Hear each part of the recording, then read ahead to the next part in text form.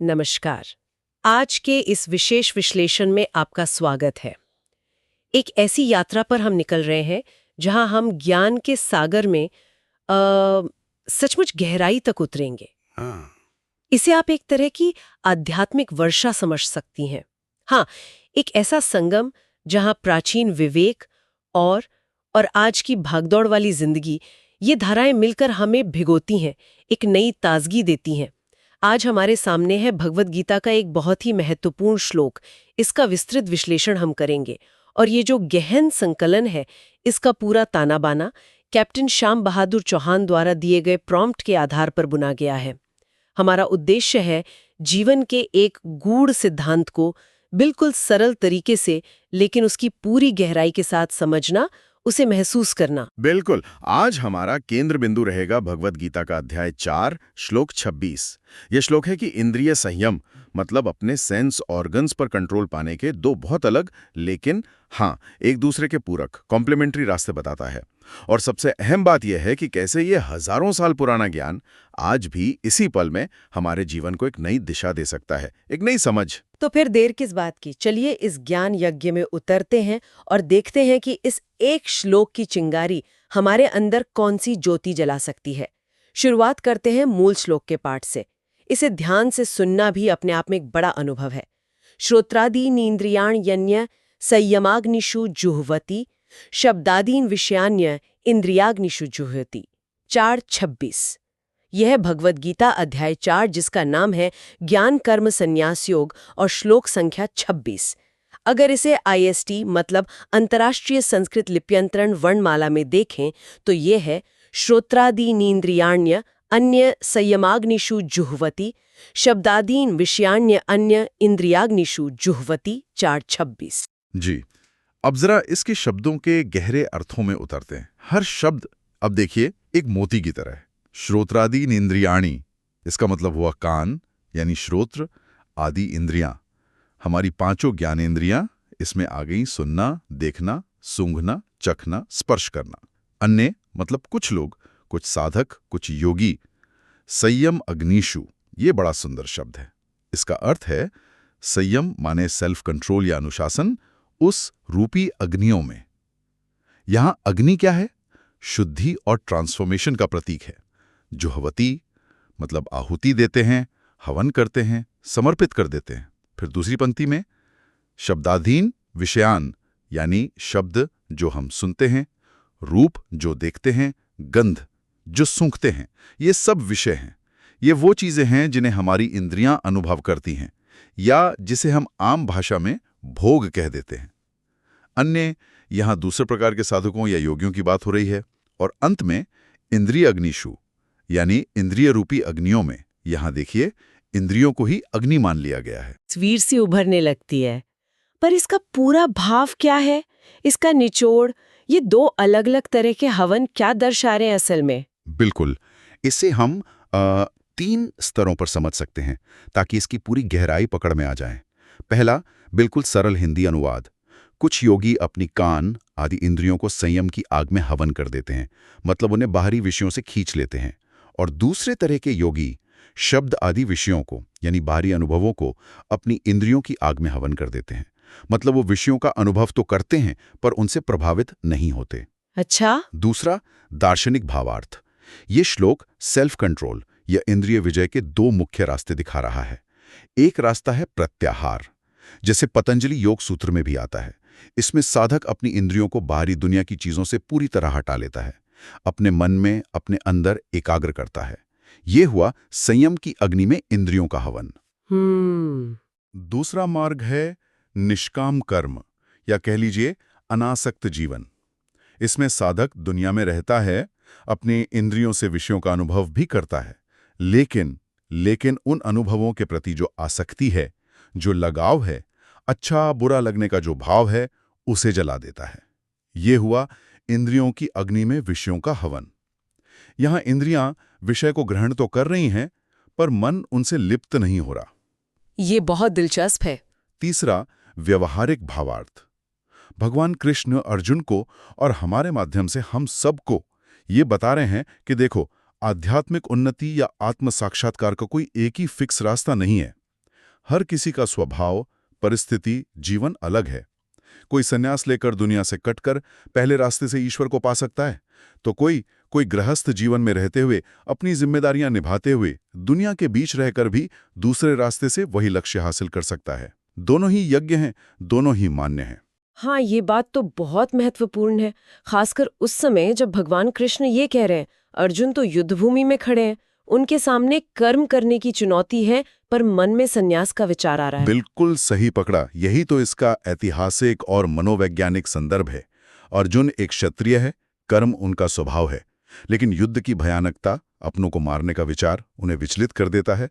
उनके मन में द्वंद्व है, कर्म करूं, युद्ध, या ज्ञान शांति की तलाश में सब छोड़ दूं, संन्यास। कृष्ण उन्हें यहां यही समझा रहे हैं कि तुम्हें कर्म छोड़ने की जरूरत नहीं है अर्जुन। तुम कर्म करते हुए भी, युद्ध के मैदान में रहते हुए भी आध्यात्मिक रह सकते हो। बस तुम्हें अपने कर्म के फल की आसक्ति और अपनी इंद्रियों की जो प्रतिक्रियाएं हैं, उन्हें नियंत्रित करना सीखना होगा। और ये सिर्फ अर्जुन के लिए नहीं? नहीं, बिल्कुल नहीं। ये हर उस इंसान के लिए है जो अपनी ड्यूटी, अपनी जिम्मेदारियों और मन की शांति के बीच फंसा हुआ महसूस करता है। और ये द्वंद्व तो आज भी उतना ही सच है। हम सबको अपना करियर भी बनाना है, पैसा भी कमाना है, दुनिया में सफल भी होना है, लेकिन साथ ही मन की शांति भी चाहिए, रिश्तों में सुकून भी चाहिए। ऐसा लगता है जैसे ये श्लोक सीधे आज के इंसान से बात कर रहा हो। निश्चित रूप से ये श्लोक एक तरह का आश्वासन है कि भाग-दौड़ भरी जिंदगी जीते हुए भी, अपनी जिम्मेदारियां निभाते हुए भी आध्यात्मिक शांति संभव है। हमें दुनिया छोड़ने की जरूरत नहीं है, बल्कि दुनिया में जीने का सही तरीका सीखने की जरूरत है। बिल्कुल। और वो तरीका है संयम। चाहे इंद्रियों को विषयों से हटाकर, जिसे कहा संयम अग्नि, या विषयों में रहते हुए आसक्ति को जलाकर, जिसे कहा इंद्रियाग्नि। दोनों ही स्थितियों में यज्ञ हो रहा है, शुद्धि हो रही है। अच्छा, अलग अलग जो महान दार्शनिक हुए हैं, संत हुए हैं, उन्होंने भी तो इस पर अपनी व्याख्याएं दी होंगी। क्या उनके नजरिए में कोई खास बात हमें मिलती है? हाँ, बिल्कुल। अलग अलग आचार्यों ने अपनी परंपरा और दर्शन के अनुसार इस पर रोशनी डाली है, पर आप देखेंगी कि मूल सार वही संयम और संतुलन का रहता है। जैसे आदि शंकराचार्य, जो अद्वैत वेदांत और ज्ञान मार्ग पर जोर देते हैं, उनके लिए संयमाग्नि में इंद्रियों का हवन ज्यादा प्रमुख है।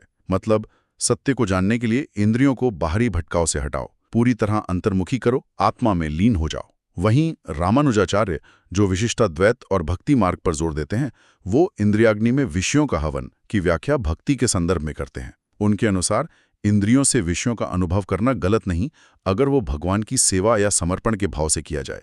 मतलब भोग भी योग बन सकता है अगर उसमें ईश्वर का भाव जुड़ा हो। फिर स्वामी विवेकानंद, जिन्होंने कर्मयोग को बहुत महत्व दिया, उनके लिए दूसरा मार्ग बहुत प्रासंगिक था। उनका वो प्रसिद्ध कहना था ना, दुनिया में रहो पर दुनिया के मत बनो, विषयों का उपयोग करो पर उनके दास मत बनो। यही है इंद्रियाग्नि में विषयों का हवन। एक्टिव रहो, कर्म करो, पर भीतर से मुक्त रहो। सही। और स्वामी चिन्मयानंद जैसे जो आधुनिक वेदांती हैं, वो इसे पॉजिटिव रिनंसिएशन या सकारात्मक संन्यास कहते हैं। मतलब दुनिया से भागना नहीं, बल्कि दुनिया में रहकर अपनी इंद्रियों को अपना मालिक नहीं, बल्कि सेवक बनाना है। उनका सदुपयोग करना है, दुरुपयोग नहीं। ये कितना अद्भुत है कि एक ही श्लोक इतने सारे दृष्टिकोण खोल देता है। लेकिन क्या ये सब सिर्फ दर्शन और आध्यात्म की ही बातें हैं, या आज का विज्ञान भी कहीं ना कहीं इन विचारों से सहमत है? कहीं कोई कनेक्शन है? ये सबसे दिलचस्प पहलू है।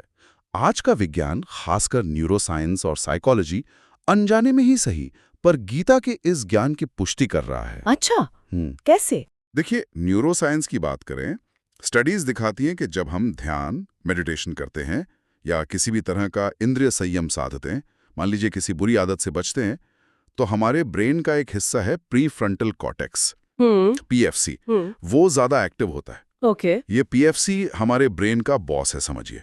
यहीं से तर्क, निर्णय लेना, इच्छा शक्ति, सेल्फ कंट्रोल, ये सब चलता है। ओके। और साथ ही अमिगडेला, जो हमारे डर, गुस्से और एकदम से जो भावनात्मक प्रतिक्रियाएं आती है ना, फाइट और फ्लाइट रिस्पॉन्स, उसका सेंटर है, वो शांत होता है। तो सोचिए, हजारों साल पहले कही गई संयम की बात आज ब्रेन स्कैन में दिख रही है। संयम सचमुच हमारे दिमाग के कंट्रोल सेंटर को मजबूत करता है और इमोशनल अलार्म को शांत करता है। कमाल है। और मनोविज्ञान में देखिए, आजकल कॉग्निटिव बिहेवियरल थेरेपी, सीबीटी, बहुत चलती है। हाँ, सुना है इसके बारे में। उसका मूल सिद्धांत क्या है?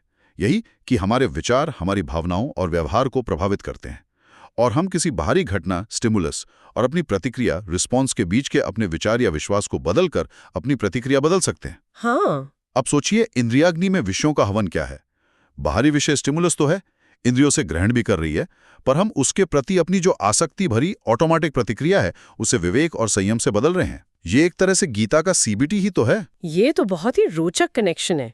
और जैविक विज्ञान भी यही कहता है। ये साबित हो चुका है कि लंबे समय तक रहने वाला तनाव, जो अक्सर अनियंत्रित इच्छाओं और इंद्रियों की भागदौड़ से उपजता है, हमारे शरीर में कोर्टिसोल जैसे स्ट्रेस हार्मोन्स का लेवल बढ़ा देता है। इससे ब्लड प्रेशर बढ़ता है, शुगर लेवल बिगड़ता है, हमारी इम्यूनिटी कमजोर होती है। इसके उलट संयम और मानसिक शांति से ये हार्मोन्स कंट्रोल में रहते हैं, जो सीधे सीधे बेहतर शारीरिक स्वास्थ्य से जुड़ा है। कमाल है। यानी जिसे हम आज माइंडफुलनेस या इमोशनल रेगुलेशन जैसे फैंसी नामों से जान रहे हैं, उसकी जड़ें कितनी गहरी हैं। और आज की इस हाइपर कनेक्टेड डिजिटल दुनिया में तो इसका महत्व और भी बढ़ जाता होगा, जहां हर पल हमारी इंद्रियों पर सूचनाओं और उत्तेजनाओं की जैसे बौछार हो रही है। बिल्कुल, आज इसका महत्व शायद पहले से भी कहीं ज्यादा है। मानसिक स्तर पर देखिए, हम इंफॉर्मेशन ओवरलोड के युग में जी रहे हैं। Social media notifications, breaking news, email, विज्ञापन, हमारी इंद्रियां और मन लगातार व्यस्त हैं, थक रहे हैं। इससे डिजिटल बर्नआउट एक आम समस्या बन गई है।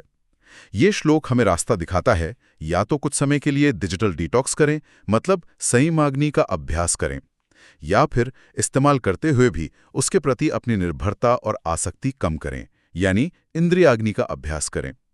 खुद चुनें कि कब और कितना ध्यान देना है। सामाजिक स्तर पर यह समझना कि आध्यात्मिक उन्नति के कई रास्ते हैं, समाज में सहिष्णुता और सद्भाव बढ़ाता है। हम दूसरों के तरीकों का सम्मान करना सीखते हैं, चाहे वो हमसे कितने भी अलग क्यों ना हों। और आध्यात्मिक स्तर पर यह धर्म की संकीर्ण दीवारों को तोड़ता है। अध्यात्म सिर्फ पूजा पाठ या कर्मकांड तक सीमित नहीं है, बल्कि ये जीवन जीने का एक तरीका है जो हर कोई हर परिस्थिति में अपना सकता है, चाहे आप मंदिर में हो, घर में हो या अपने ऑफिस में। युवाओं के लिए तो ये एक तरह का लाइफ हैक हो सकता है। बिल्कुल। आजकल फोकस बनाए रखना, भटकाव से बचना उनके लिए सबसे बड़ी चुनौतियों में से एक है। बिल्कुल सही कहा आपने।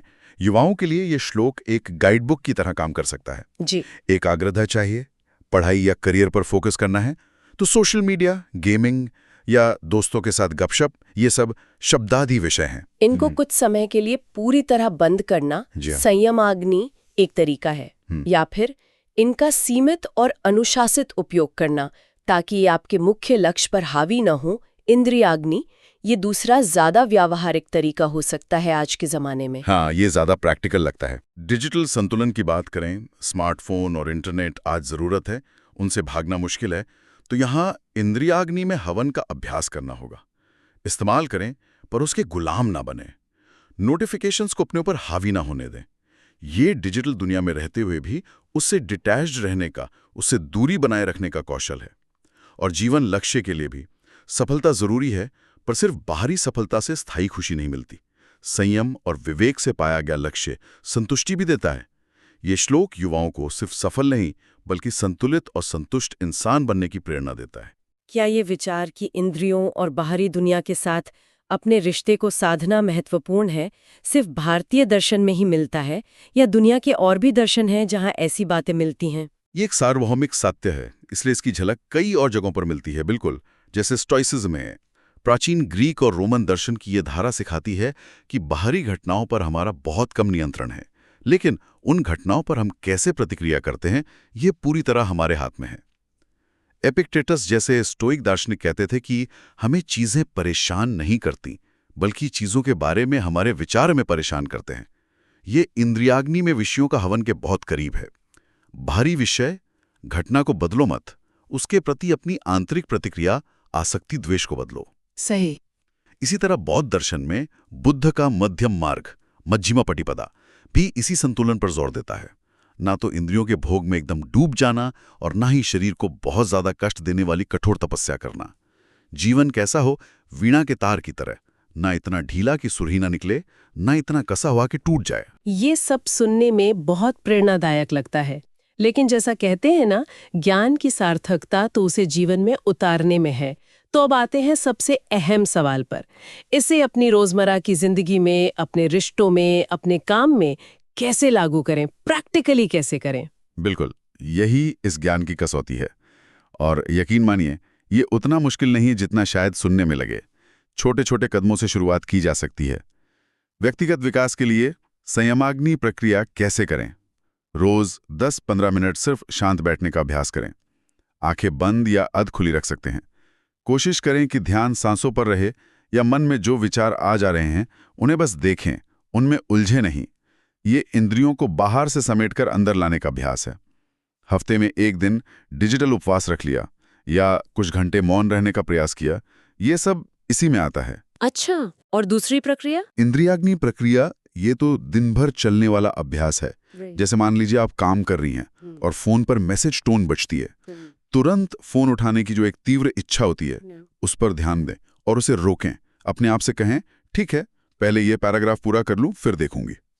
ये मुश्किल है, पर किया जा सकता है। या खाना खाते समय टीवी देखने या फोन चलाने की जो आदत है उसे रोकें। सिर्फ खाने के स्वाद, उसकी गंध, उसके टेक्सचर पर ध्यान दें।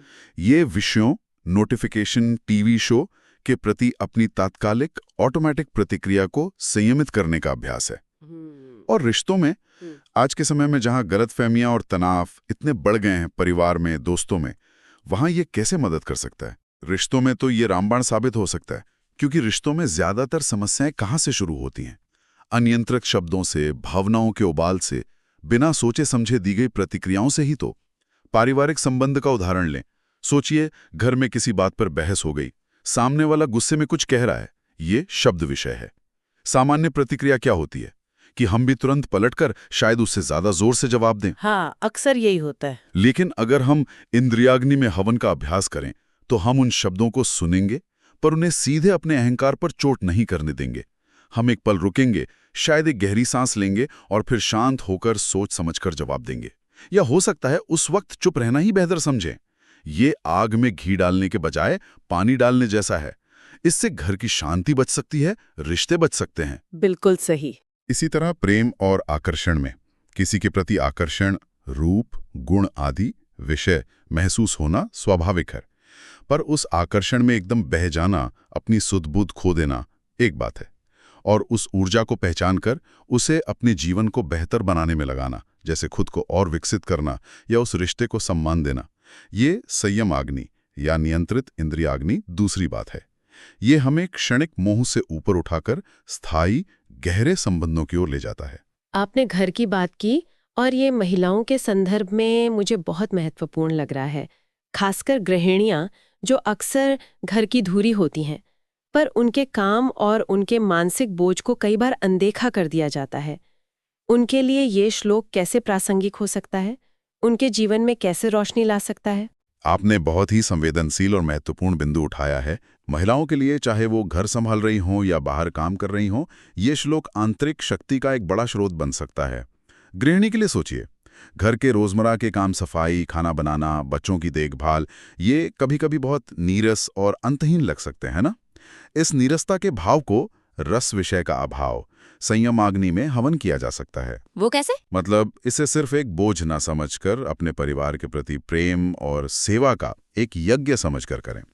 मैं अपने परिवार का पोषण कर रही हूँ, घर को स्वर्ग बना रही हूँ। इस भाव से काम करने पर वही काम बोझ नहीं, साधना बन जाता है। बच्चों का शोरगुल, शब्द विषय चिड़चिड़ाहट पैदा कर सकता है, पर उसे उनके जीवन और विकास की स्वाभाविक ध्वनि समझकर धैर्य, इंद्रियाग्नि से स्वीकार करें। सोचे कि ये शोर उनकी जीवंतता का प्रतीक है। जब एक गृहिणी इस दृष्टिकोण से काम करती है तो उसे अपने योगदान का महत्व महसूस होता है, उसे आंतरिक शांति मिलती है, और ये शांति, ये सकारात्मकता पूरे परिवार के माहौल को अच्छा बनाती है। वो सचमुच घर की अन्नपूर्णा और स्थिरता का प्रतीक बन जाती है। ये बहुत सुंदर विचार है।